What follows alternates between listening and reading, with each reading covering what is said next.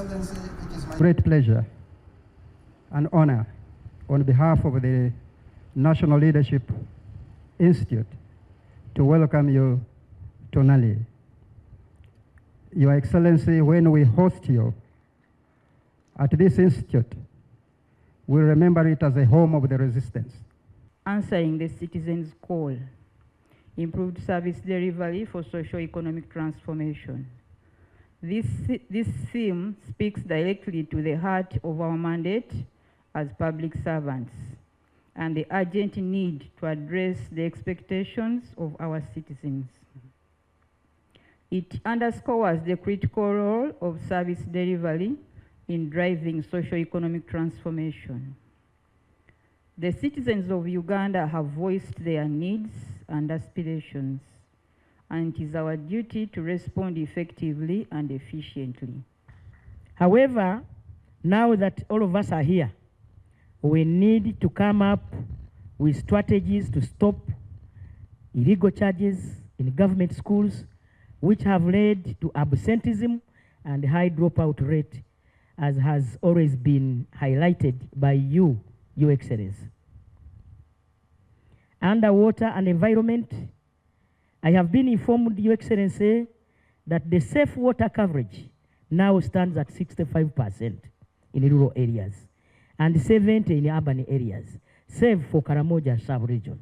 We still have a problem of environmental degradation, Your Excellency, and we have to come up with strategies in this retreat on how to save our ecosystem and environment.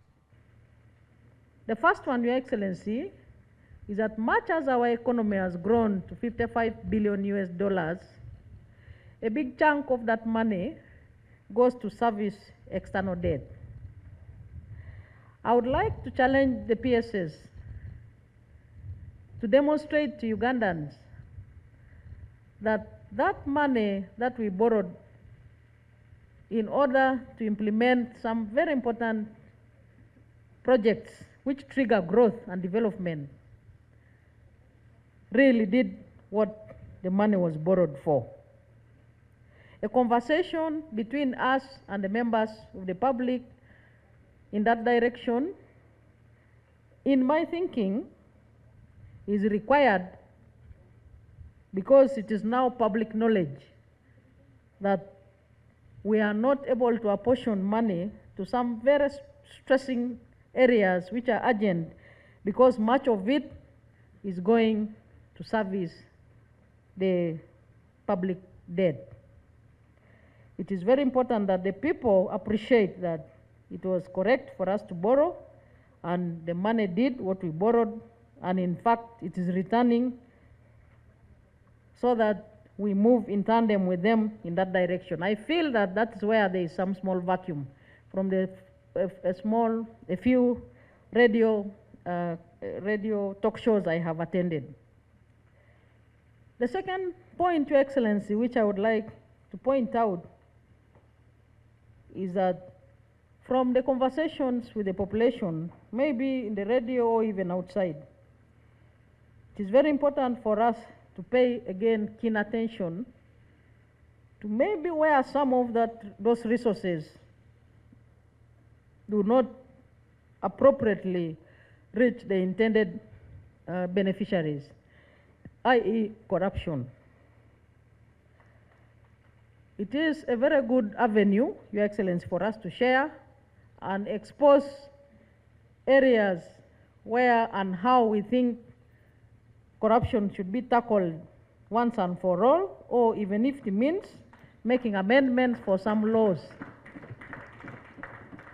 From the conversations that we have with the people, Your Excellency, that is an area where we need to go to them with a clear message so that we can move in the same direction. The corruption we are facing now has got two dimensions. One dimension is the stealing of government money, taking bribes from the public to provide government services, misusing the procurement procedures to cheat the state, and corruptly handling personnel issues, e.g. nepotism, and selling government jobs. Now, this selling of jobs is really becoming very serious in the local governments, maybe in other areas. Now, I'm glad you are all here. Professionally,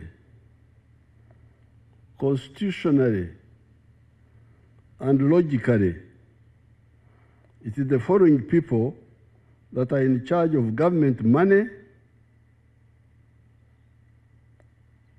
government procurement, and government personnel administration. Three people are in charge of these three areas: government money, procurement, and personnel. These are the permanent secretary in a ministry, a chief administrative officer in a district, a town clerk in a city or municipality, a Gombora chief in a sub-county, and the clerk of parliament in parliament. In the army, even in the army, you not see that a commander is the one in charge of money and so on, commander. No. In the army, it is the chief of staff who is in charge of administration, money, all those things, logistics, is the one responsible. Not the commander, not the army commander, not the division commander. Commander is you command. Shambulia hapa, attack here. That's your job. You plan for that. It is now the chief of staff and the other people they call staff officers. Staff officers means administrators of the army to do this thing, the money, the what, the procurement, the personnel.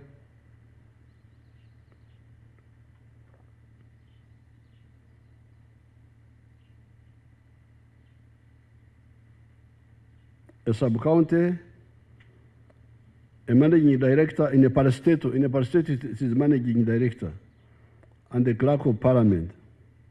In the army, it is the chief of staff, the division administration officer, etc., etc. It is initially not the work of the political leaders to fight corruption. That's what I want the Ugandans to understand. Because really it's not the work of the political leaders to fight corruption. However, ultimately, they are responsible for defending the interests of the people. If the accounting officers do not do their work, they want to guard our government money, to guard,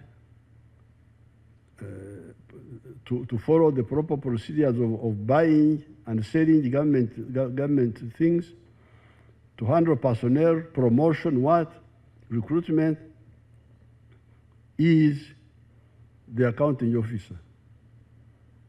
These accounting officers. Even in the district, the District Service Commission is answerable to the Chief Administrative Officer. He's the one who can say you are doing bad things or you are doing the right things. But if they don't do their work, that's why now the political, because you are elected by the people to stand for us, for the people. So if these professionals don't do their work, you must do your work. You must come in. The other dimension of corruption is employee disloyalty in a private company. Because also, don't just talk of corruption in the government. We must also address corruption in the private sector. So the other dimension of corruption is employee disloyalty in a private company. The employees who steal from their employers are also enemies of the country. If the employers blacklist Uganda as a country where employees steal money from their employers with impunity, Uganda's economy will get stunted. Therefore, it is the work of the police to ensure that those who steal from companies, private or government, are held fully accountable, including paying back the money they stole on top of prison sentences.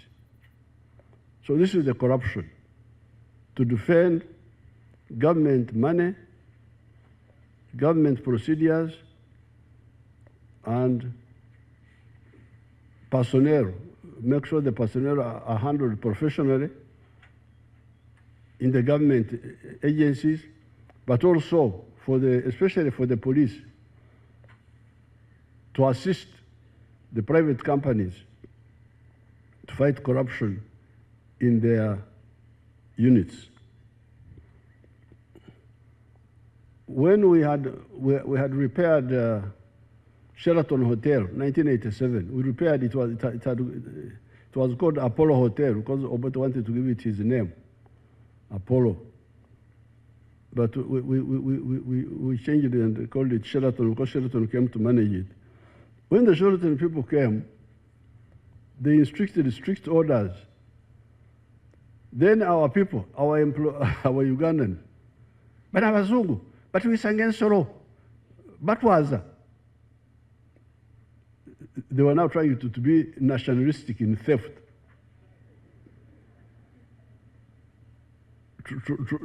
Trying to say that the Europeans, because the Europeans had now introduced strict methods. We cite you when you are coming to work. We cite you when you are going. Now they become nationalists. But we sang solo. But was yes, if you are a thief, what do they do? They thought I would support them. I said, go to hell. You are used stealing from government companies. These private people are strict. They should cite you because you are thieves. You don't control yourself. So I remember that incident very well. It was a big issue. And they were complaining to me because they knew I'm a freedom fighter. I defend, they thought I would also defend their theft. But to get to be biaffe,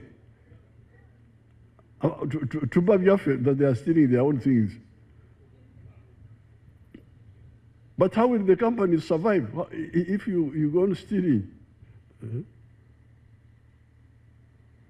Going back to the government money, now that the accounting officers have let themselves down.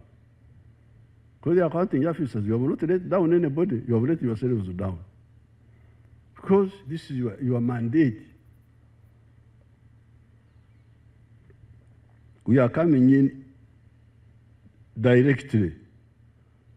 This is my person who wrote in directly. We are coming in directly, not indirectly. My secretary, please correct that. We are coming in directly. Apart from the State House Anti-Corruption Unit, I'm also setting up both a tax investigation unit and an accountancy and audit unit. This country of yours has got a lot of money. I'm now convinced that you have a lot of money. First of all, there is under collection of taxes. That group of, I hope you called the tax fellow. Musinguzi, did he come? You should call him. Let him come. There's a lot of under correction. I'm now getting a lot of information. So there is under collection, but also there is massive stealing of what is collected. Now you can imagine how much more we could do if we plug both. That's what the VP was saying. If we plug both the under collection and the stealing.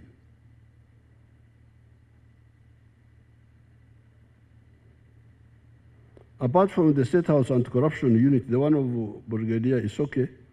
I'm also setting up both a tax investigation unit and an accountancy and audit unit. They will be able to investigate all tax evasions, under declarations, money diverted by Parliament, and stolen, etc. Because this money diverted by Parliament, from what I gathered when I moved in, was apparently for two purposes. Some of the diversion was just selfishness. Divert the money to do a small road from nowhere to nowhere in my constituency, so that they know that I'm working very hard. Oh yeah, M7, oh yeah. Some people, that's what they wanted. But in so doing, you undermine, you fragment the money, which could do a bigger job. Like for instance, here, in this area, we need a road from Ruwe across on the other river.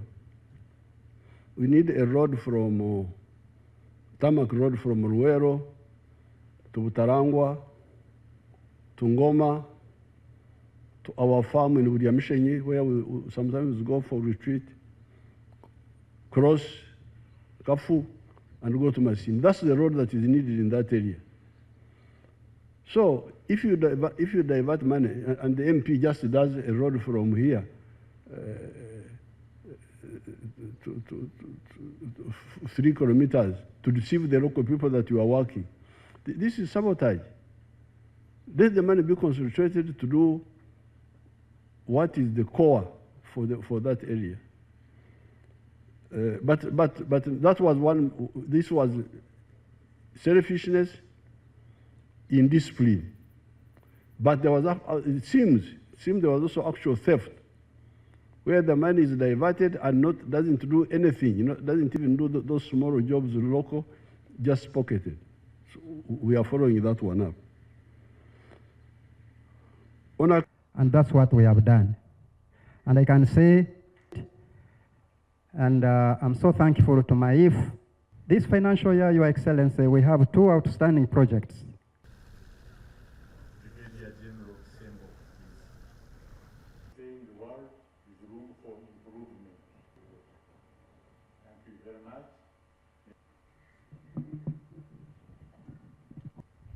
Your Excellency, retired Major just renewed action in the implementation of the road works in and around Kampala. Number 4, farmer education, cooperation, agricultural mechanization department, among others.